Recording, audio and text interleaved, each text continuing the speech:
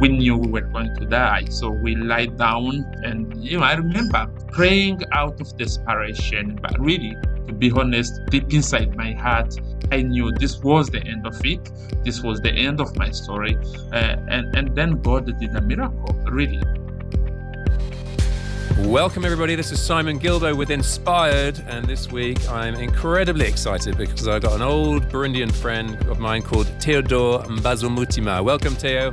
Thank you, Simon. It's good to talk to you today. Theo and I met at All Nations Christian College in England in about, 2003? So you were over studying. Yes. And you've got, we'll get to your incredible story in a second. And then an interesting link that you won't know is that just up the road from me, about 300 yards away, is your PhD supervisor, Lucy Hovell. And so it just turns out in the whole of England that we are a couple of 100 yards away. And I asked her about you and she said, wow, he is a super impressive, very intelligent person. So there you go. That's encouraging, isn't it? Wow. That's good. Yes. Thank you. Now, listen, everybody, we have just got an unbelievable story coming up. I mean, Theo is alive. He's had 9 lives and more than that in terms of the grace of God in his life. So let's just get straight into it. And I have zero doubt that you're going to be properly inspired. So, Theo, let's just go right back and, maybe a bit on childhood, and then let's get quickly to the events of the genocide in 1993. So a bit on your childhood. Oh yeah, I grew up in the southern part of Burundi, in a place called Rutana, and so from a family of peasants, agriculturists. My father having been a victim of previous genocides in 1972, and then he managed to survive by really God's grace, but he couldn't continue to study, and as a result, he ended up, although he was a very brilliant student at school, he ended up really missing out on all his dreams, and then becoming just a peasant, somebody who worked for the ministry, a little bit of the agriculture, but who did not, in the end, really have a wonderful life he had hoped for, and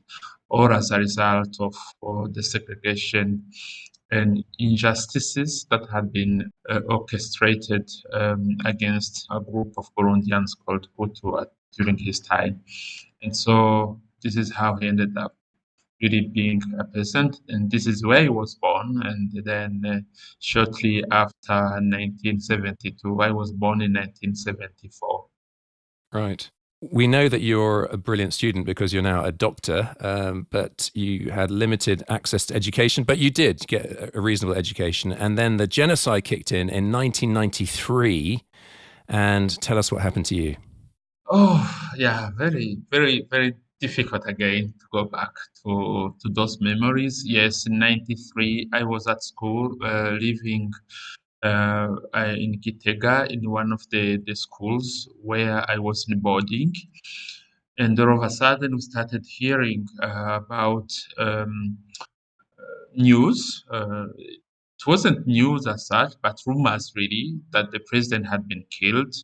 This was a Hutu president who had just been elected 3 months back. And then we were all confused, not knowing what to do. And students changed in their faces. We all had fear. We didn't know what was going to follow. We did not know what to do. All we had as reference was past atrocities that has happened in the same circumstances as Hutus and Tutsis engaged in a power struggle. And we knew that this was coming again and catching up with us. And this was really, really difficult.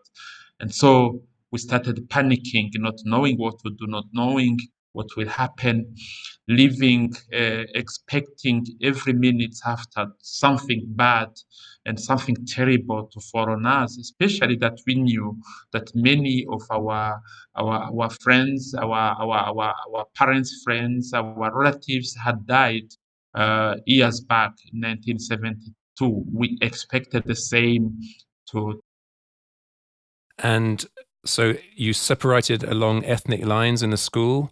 Yes, exactly. We started to form groups, people talking in small groups, and obviously Hutus coming closer to one another, Tutsis getting on the side, and then talking, not knowing which strategy to take.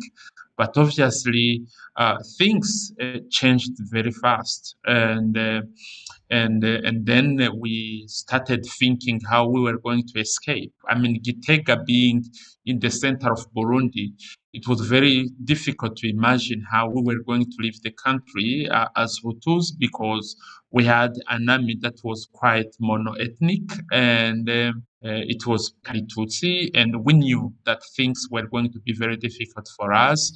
Tutsis started to come together, but news already from villages were coming through that people were starting to kill each other. Some people knowing that their friends have been killed. People ganging together for vengeance, to revenge their friends that had been killed in the mountains, especially Tutsis that had lost already their relatives in the villages, and so people were starting really to change, and very quickly. And so going to Rwanda was going not to be easy. Going to Tanzania was going to be very difficult. Going to Congo was going to be even harder. So we started thinking together with my friends that Tanzania was the best option, because we had relatives that had gone dozens of years before us, and we knew probably we would be able to find former Burundians who were now refugees in Tanzania, and maybe then reconnect with them and come to our rescue. But really, thinking the distance between Gitega and Tanzania, it was already a big adventure, and obviously a very desperate journey ahead of us, and we did not know whether we were going to make it. And it was really a very difficult choice. The only choice that was impossible for us was to stay at school. It was very clear that within very short time, things were going to change and that people were going to be killed, especially that we knew that many Hutus previously had died in schools, in many schools, and we almost could picture this happening. So this option was really out from word go. Yes, I'm just going to explain for those people who are thinking, why on earth has this happened? This is like a 2-minute history thing. So, the Tutsis in general, and these are very brushstrokes, but the Tutsis had control of the army, as Theo described it as mono-ethnic. They had been in control for generations, really, since independence. They'd exerted greater and greater control. So the Hutus, which is Theo's ethnic background, were marginalized. And in 1972, for example, there was a genocide where all the secondary school Hutu kids were taken out of the class and led away in trucks, and they were killed. Loads fled the country. So this is 2 decades later, under pressure from the international community. There'd been free and fair elections, and of course, Hutus making up maybe 85% of the population. It's going to be a Hutu in an ethnically polarized nation who gets elected. So a Hutu president comes in, and after a few months, he gets killed by the Tutsis within the army, who reassert complete dominance. And when that was announced on the radio, if you are Joe Bloggs, your average Hutu up country, there was this collective outpouring of rage that our guy has been killed again. And so people just turned on their neighbors in mob fury, and loads of Tutsis were killed. And then the Tutsi army came through and nuked the country. And so as a Hutu, Theo knew that the Tutsi army was going to come and nuke him. So that's trying to, in very brushstrokes, giving you an idea of what was going on. So then you come, I know you fled, you took, I think, 5 from memory, 5 of the CU, because you were the leader of the Christian Union at school. Exactly, yes. And you came across a bunch of Hutus who wanted you to prove that you were Hutus and that you were on side, if you like, by killing Tutsis that they'd caught. Is that right? Exactly, yes. We were 5, of us, and we decided, as I have told you, to go to Tanzania. And so on our way, we first met a bunch of Hutus, and it was very difficult, first of all, to prove we were Hutus, because some of our friends those boys, they really looked Tutsi. In Burundi again, it's very difficult to know who is Hutu and who is Tutsi. But basically, in some cases, you can very easily say straight that this is Hutu, this is Tutsi. But in most cases, it's not very obvious.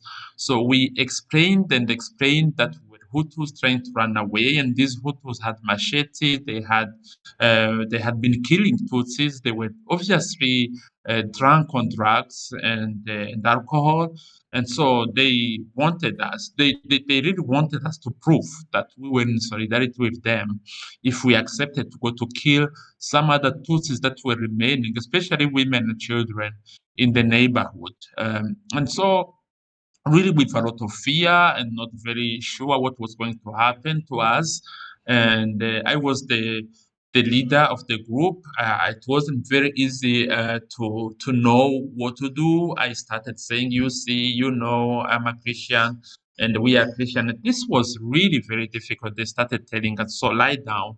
This means you are not really very seriously engaged with us and solidarity with us." And so we knew we were going to die. So we lied down, and then as we waited for the first panga to land on our neck, something really happened. And I remember praying out of desperation, not being sure whether really God was going. When you pray without a lot of hope, and how can God save us from this situation? What can He use? What are the resources available to us? But He's never out of resources. He always have a way in which He can save people. But I really prayed and said, "God, if you save me from this situation, I will," almost really bribing Him, if is what I mean. I will always serve you. I will not sin again. Making all sorts of promises out of desperation, not knowing what was going to happen. But really, to be honest, deep inside my heart, I knew this was the end of it. This was the end of my story. And then God did a miracle, really. Yeah, so what happened? So what happened, there was an helicopter, and the helicopter must have been, I would imagine, the army that was patrolling, because the whole country was burning and people were killing each other, especially Tutsis in the mountains being hacked to death by groups of angry Hutus. And really, I think this airplane must have patrolling the area. So again, every reference is made to stories that had happened in 1972, because among the Hutus, they used to say that in 72, aeroplanes would come and start killing Hutus in the mountains. So they believed, these gangs of Hutus, that airplane was after them. And obviously, if it was an army helicopter, it must have been really not in their interest to go near where it was. So they started taking cover in the banana plantations and hiding in houses and so on. And then we realized that we were just lying down with the boys, the only of us. And I thought, in my mind, a voice really came convincing me that this was the way God saved us. So I told my friends, "Guys, why can't we go?" So we started going, not knowing where we were going, not knowing what the airplane was going to do. And it kept hovering in the air. And then we went and went away. And this is how we escaped from this group. And really, very miraculously, God did something which I would never have imagined. So praise God that machete never landed. Amen. And that meant that you were able to carry on running, fleeing towards Tanzania. I know at one stage you came across a military tank and they were bombarding and spraying you with bullets, and a whole load of people were killed. Oh, tell me. So at one point, really, what was very difficult at that time to do was to cross any road, a tarmac road. So in between Gitega and Rutana, our native province, was this road that was moving from Rutana to Gitega. And then when we crossed it, an army tank was just going by, and then they caught they saw us, and together with other populations in this commune called Itaba at the edge of it. And then they started really shooting at us, shooting at everybody, people screaming, running down. Good enough in Burundi, a few meters is a hill, and then after hill is a valley. So we ran down to the valley and took cover in that valley where we lay down. And I found so many people from that village were running in all directions, screaming. I mean, when I think about this scene, it's a horrible scene. You can't just imagine that this could happen. You would think the kind of things that you see on television on Hollywood, but this was really real. Mm. And sometimes I think, did I see it? Did it really happen? But really, we not only escaped death. I wouldn't say how many people died in that village, but many people must have died really Mm. because the shooting was so intense and was so bad. But then, after some time, they arrived, and I could hear from the background of my ears where I was lying in the valley, the army tank zooming off and going. And so even after they left, it took us a few more hours actually to leave. We were so terrorized. We weren't very sure whether some of the army members were not around again, waiting for us to come out. But really, they had left. And this was a horrible experience. One thing which is very interesting, somebody who was lying together with us and who was a student at university who was in holiday by then, we recognized each other months later when we went in Tabira refugee camps, and I could recognize him. This Mm. guy. When I think about it, it's really God's miracle. Somebody you've just met, taking cover together, and all of a sudden you just miss them, and you see them, let alone in the refugee camp, really Yeah. celebrating God's victory. Yeah. So you've had already a few of your 9 lives, and then you get taken as a Hutu by a Tutsi militia. So you are surely going to die this time. But what happened? Yes. So we started moving. We are in this commune Itaba. So we get into Rutana province in a place called Musongati. And here we really met a group of Tutsi. In the first instance, we did not recognize they were Tutsi actually. So we thought they were Hutu, and we greeted them. We lifted up our hand, and the way Frodebo guys greeted one another at that time, so that we could show we are Hutus.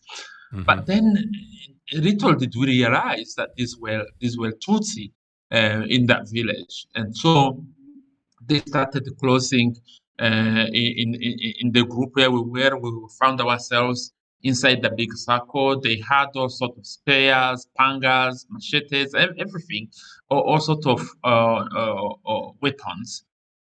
And I looked at them. I knew these were Tutsi. It was very obvious that we were in danger.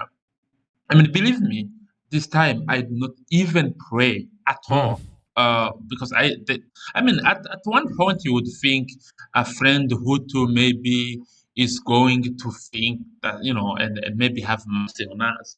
Here we are running from Gitega, running away from Tutsi, and then we are surrounded with Tutsis. I mean, how do you pray? How do you even think God can do something, or God can save us, or God can I mean, this was where you don't even believe. I mean, God might respond to your unprayed prayers Yeah. because of his love. But really, here I wouldn't want to say I had any faith or anything, because sometimes you think you have faith, but it's because you have a reference of what God can use to save you or to provide for your need. But at this Mm. time, there is really nothing that I could see within the horizons that God can use even to save us. So I really freezed, sort of like to death. I didn't know what I felt. I don't know what my friends felt, and it was really a very completely impossible to describe situation. So, how did the Lord get you out of that scrape? Yes, the Lord is the Lord, and really, when I reach here, this is where I just say God is sovereign. And Mm. again, He never he always have means, 1,000 ways to come to our rescue. A woman comes out from a nearby home, running, and this is Godance. We use Godance as her name in my book, not really her real name. But this is a former student that I studied with in secondary school, and she had left because of she couldn't make it. And in Burundi, we have a system whereby if you don't get it, you lose it at school, and you are chased away and you go home. Mm-hmm. But she was a friend. I did not know. These were 3 years back. I did not know her whereabouts, and I didn't even know she was coming from this village, although I knew she was coming from this commune. But here we were standing next to their house. I don't know how she saw me. I don't know how she recognized me. But, again, this could be a story that she could tell maybe. And so she ran, jumped on me. She broke inside the group of her friends, her Tutsi friends, neighbors, and she jumped on me, got hold of me, hugged me, and she really stood with me and looked at them, and they looked at her, and she looked at them, and they like freezed, all of them. Mm. No word. We didn't talk to each other. She did not talk a word. I did not talk. I was like, even kind of like dead. Really, I wouldn't say I was alive at that time. I don't know how I would describe my feelings. It was a horrible feeling, a very completely difficult feeling to describe.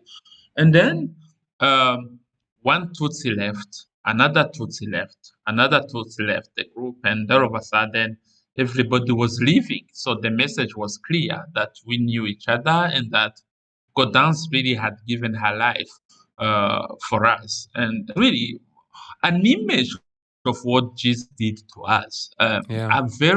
A very interesting young lady. She was still young. She still had long time to live, and she took and again a Tutsi. You are running away from Tutsi, and the Tutsi saves you Yeah. It's beautiful. from death. And so she took us to her home, where we were given something to drink and eat. So I love that your story includes the best and the worst of all ethnic groups, doesn't it? So you get saved by a Tutsi as a Hutu, and the Hutus before had tried to make you complicit in killing. And so your story just transcends boundaries. That's the point I'm making. Exactly, yeah. Hi, folks. I hope you're enjoying the podcast. If you are, it'd be great if you shared it with as many of your mates as possible so other people get to hear about it. And listen, if you would like to support our work in Burundi, which is the hungriest country in the world, I'd love support there too. You can do that by going to greatlakesoutreach.org/inspired. Now let's get back to the podcast. So you get through into Tanzania, and I think you said in your book that you were dying of dysentery. Loads of people are dying around you. It's just a living hell. How did you survive that episode? So when we got to Tanzania, first of all, there was no UNHCR. Communication was less quick than today. Decisions were taken very slowly. And then we found ourselves hundreds of thousands of people living in Tanzania without shelter, without food, without water. And then we started being attacked by dysentery. Just to show you the magnitude of this disease was that everybody was really dying within a very short time, 3 days a week if they took you for a long time. My neighbor, Masunzu, whom I still meet today, actually, I have seen him quite recently. He lost 5 children of his 7 children within 1 week. they were all dead. And so many people died, and I had dysentery myself. And I reached somewhere, someplace. I felt that life was going out of me, and I knew I was dying. And so I went and slept and actually laid down and waited to die. When this evening, I had other young people saying, there is a truck that is waiting to take people to hospital, but they want to take students now. Tell me, I don't know why this Muzungu guy, I don't know his nationality, I didn't know what he was doing there.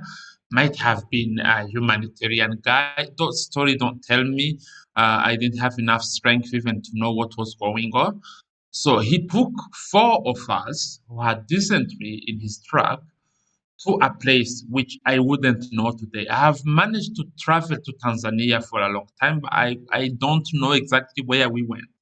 He took us to this hospital, and we were four. Obviously, one of us died just some time after we came back. I mean, we were given medicine, we were given fluid for some hours, and then given tablets, and then he brought us back to the same place where he had taken us, and he left us there. Those drugs obviously would save my life, and a part of it we shared it with also my siblings who had, and my family who had dysentery as well.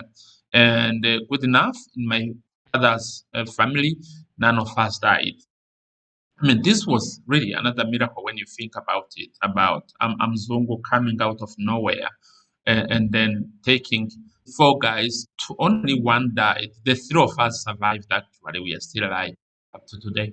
So, a Mzungu, for people that don't know, is a white person's generic term for a white person. And then a Swiss doctor at one stage found you and gave you a job, trained you up as a nurse.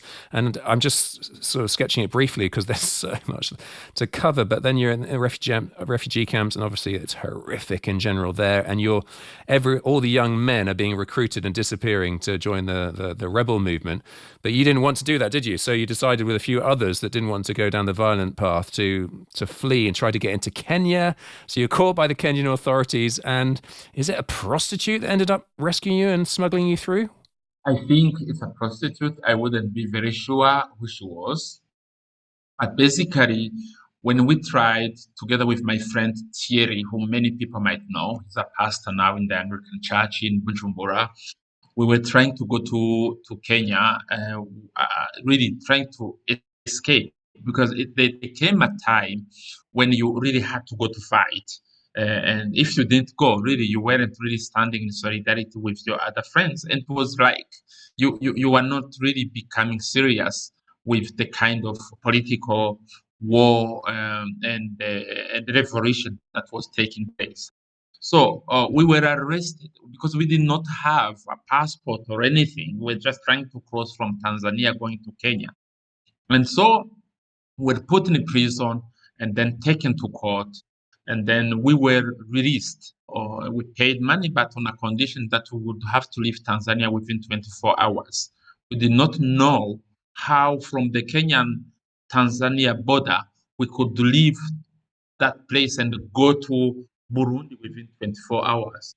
So the only possible thing to do was to go to Kenya, but then we risked to be rearrested again because we did not have the same papers that we had been arrested for. And then there was in the court this woman who moved to us after we finished to pay the fine, and she said, I was going to help you. Now, why do I think she was a prostitute? Was the way I saw her negotiating with this immigration officer and the kind of talks that they had. She wasn't obviously her wife, but I could see from her behavior and from the greeting that she was somebody a bit special to this guy. And so we thought she was a prostitute, but we really don't know.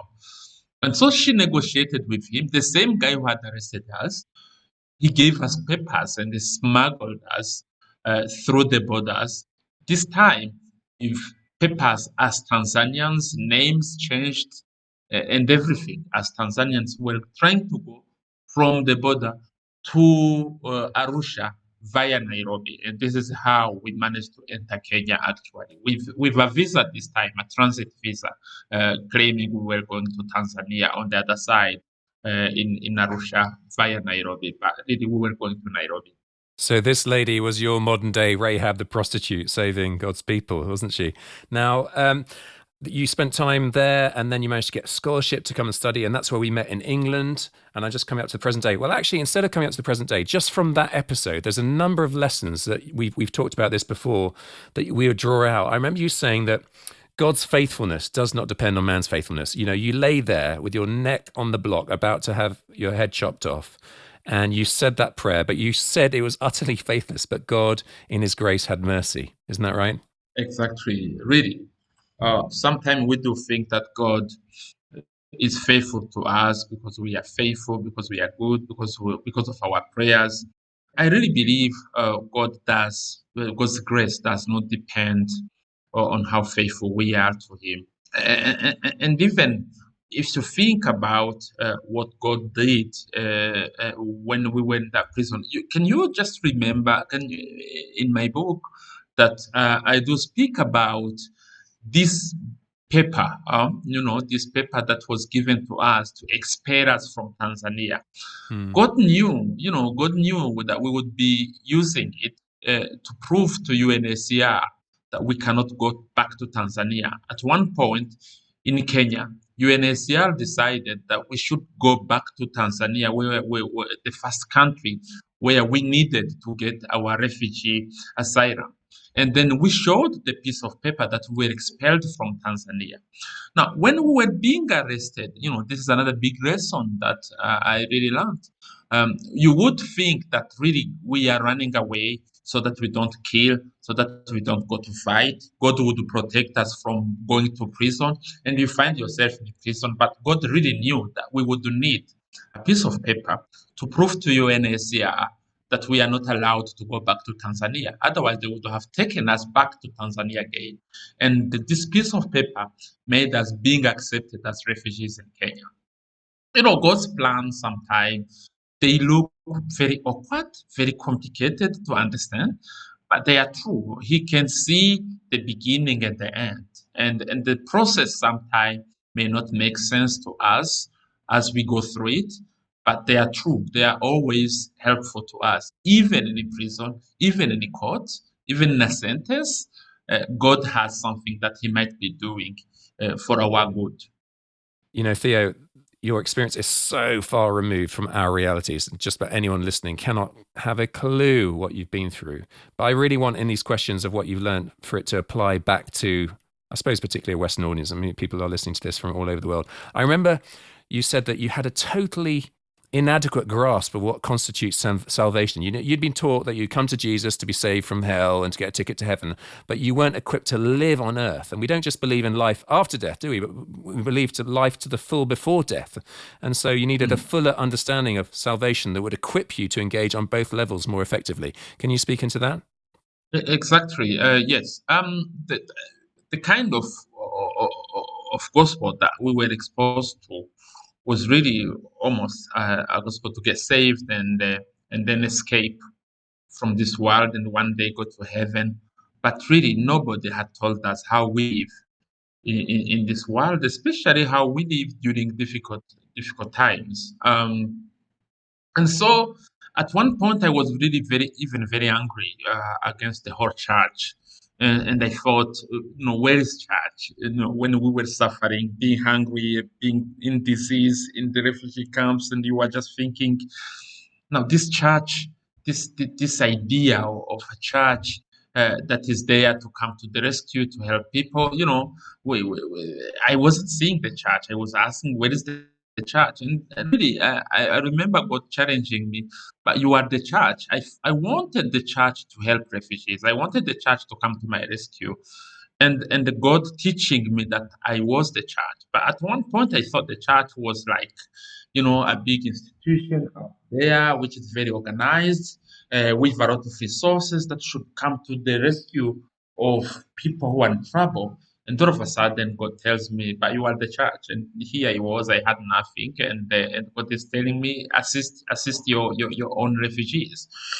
And and I think the major thing which was really so challenging to me was how do you deal with somebody who has killed you? How do you deal with somebody who has made you leave school? How do you deal with somebody who is not even saying sorry to you? So the whole I lived with anger and frustrations against Tutsi, and every story came back to my mind, and the whole idea on how do you forgive somebody who is not even next to you. You are miles away from them, and yet you are carrying them day and night, being hurt by what you think they have done.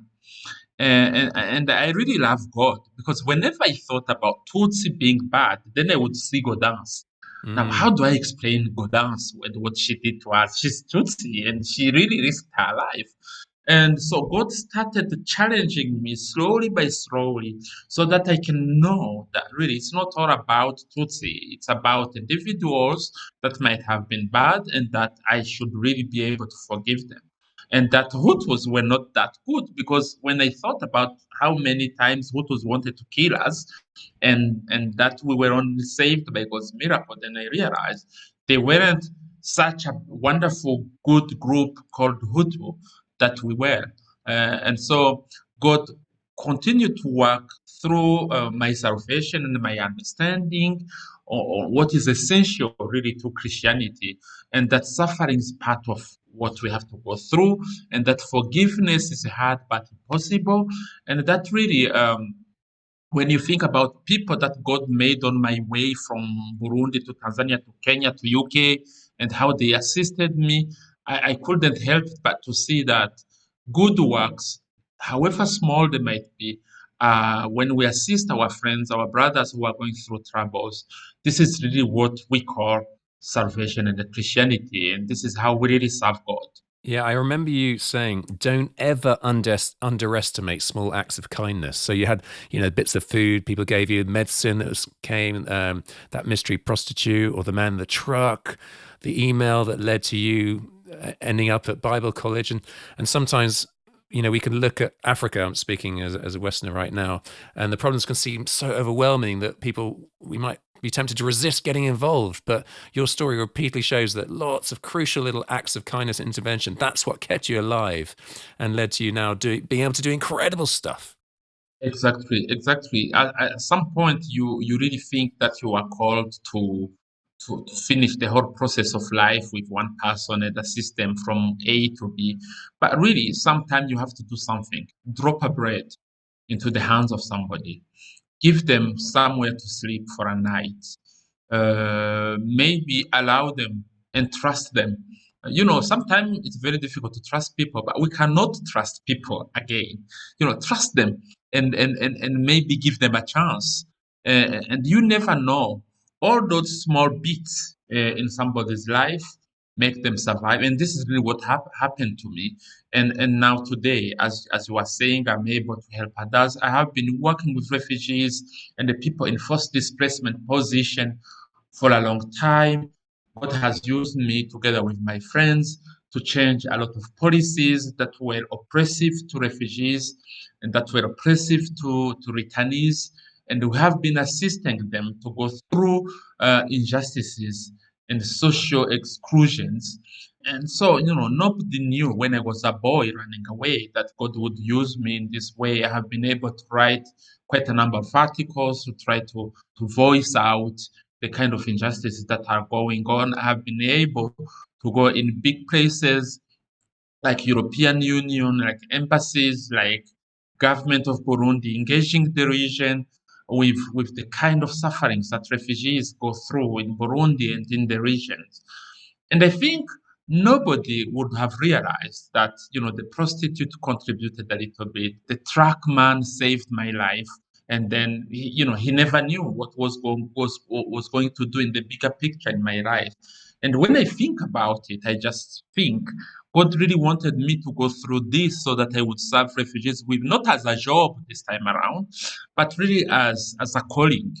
I can identify better with them, with people who are homeless, who don't have left their country, who don't have a reference, who don't have a family, and I really feel this is part of me. This is a part of my calling. This is part of my journey and my story, and I don't know how to depart away from it. And this is really how God works. There are so many life lessons that you've got to share with us, and I would really recommend folks. Theo's book is called My Country Wept. So you can just Google that and it comes up straight away. My Country Wept. It's a great gift to give to someone else to read. It's not a long book, but it packs in his incredible story of survival and lots of lessons learned in that to apply to our own context, wherever we are. I love it that your life is the embodiment of the gospel. I love it. You know, you talked about God saying to you or challenging you, saying you are the church. You know, in the Muslim, in the refugee camps when Islam was growing very fast because they were being very active, and you were sort of languishing in self-pity and then complaining at God, saying, "Where's the church?" And I remember you, as you talked to me, your voice was booming. You heard God say, "No, you are the church." Exactly. And that's a message to all of us, isn't it? We're like a sleeping giant, speaking in this nation as a Brit here. And there's so much potential in God's people rising up and in unity, laying down their lives in sacrificial service. And we need to take responsibility ourselves, don't we? So you've just shared a bit as we come into land about Rema, but and Rema is the organization that you now run. Obviously, we'd love people to get excited about that work. So very briefly, share a bit more. Yes, Rema Burundi is a peace-building organization that works with refugees and people in forced displacement, returnees. And we normally try to assist them directly. We are running a clinic. We are also trying to help people who come with training, training church leaders, especially those who have been in Tanzania and in refugee camps that grew up to be spontaneous church leaders, but who did not get adequate training. We have also been advocating specifically for the needs of refugees, especially working for try to change laws and policies that hasn't been really in favor of displaced people, especially that look them that are they are normally written with suspicion and trying to contain refugees and returnees and looking at them as people who are dangerous. But we have been trying to explain that these people are not dangerous. These people can actually contribute positively once given an opportunity. And so we've managed to change quite a number of laws in this country already, and we've contributed to the change of so many policies that manage refugees and returnees. And then finally, we run income generation activities. So we give small loans to returnees so that they can reconstitute their lives throughout the country. So we are running small projects now, like 189 small projects that we are funding currently, and we hope to continue to do that. And you're not going to say, please give us some money, but I will. So listen, anybody listening, if you wanted to do some microfinance stuff through Rema and Theo and what they're up to, we'll put the blurb below so that you can access information and you can be in touch with Theo. And again, I'd love you to get My Country Wept as a book that will stir your faith and to pass on to other people. Listen, Theo, it's been an absolute pleasure and privilege. We call this podcast Inspired. I'm inspired and I want to hear more, but time is up. So people can get more by reading the book and they can be in touch with you. Goodbye, Theo. It's been great to have you. Thank you very much, Simon. Thank you for what you are doing to Burundi. We are very, very grateful. Oh, it's been such a privilege. So everybody, we'll see you same time next week. It'll be great again to have another stunning guest with a completely different story. That's the beauty of the diversity of the body of Christ, isn't it? Each week we listen to someone who's got a completely different life story, and obviously none of us can relate to what Theo's been through, but we can learn lessons from it and we can be inspired to live more surrendered to the call of God on our lives in whatever field that is. If you want to be in touch with me, you can through simongilbert.com. Please give us a 5-star review on iTunes. That just means that more people get to come across it. And please gossip this to your friends. They want to get good news stories out there. There's so much tosh and so much depressing stuff. So we want to build faith and bring hope and joy into people's lives. So I'll see you next week. All the best. Bye for now. Toodaloo.